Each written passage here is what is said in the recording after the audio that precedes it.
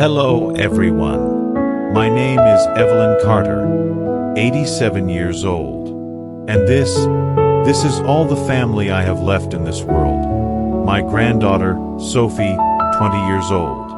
Life has a way of taking everything from you. Not to make you stronger, but to teach you how to survive while carrying the weight of what you've lost. Sophie's father, my only son, was a firefighter.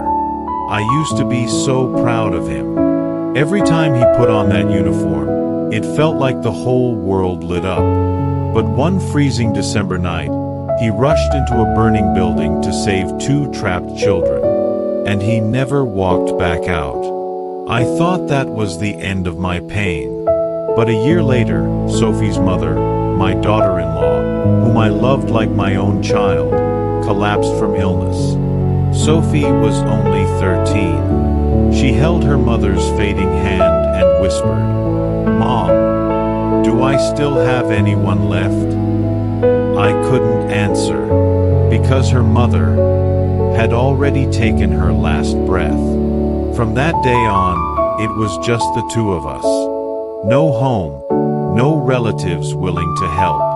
We moved from shelter to shelter, a church basement, a rescue center, sometimes just a cold park bench under a tired streetlight.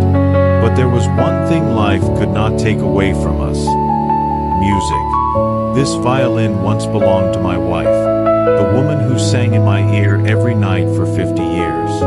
When she passed, I thought I would never touch it again. But one night, when Sophie was crying, asking me why her parents weren't coming home, I picked up the violin and played. The notes were shaky, imperfect, but they kept her tiny heart from breaking. Then I saw Sophie, with her thin, trembling hands, reaching for the broken piano in the shelter. The keys were chipped, some notes didn't work, but in that fragile sound, I heard something alive, a soul refusing to give up, a soul just like the ones her parents carried. We didn't come here for fame or money. We came here to remind people that before life takes someone away from you, love them so deeply that you will never live with regret. Music is our breath, our final prayer, the one thing the world hasn't managed to steal from us. Tonight, we sing for the father who ran into the fire to save strangers, for the mother who sang through her pain so her daughter wouldn't cry, and for every child carrying the ache of missing someone they can never hold again. If you remember one thing tonight, please remember Sophie's music, because even with a broken heart, the song of a child can still heal the world.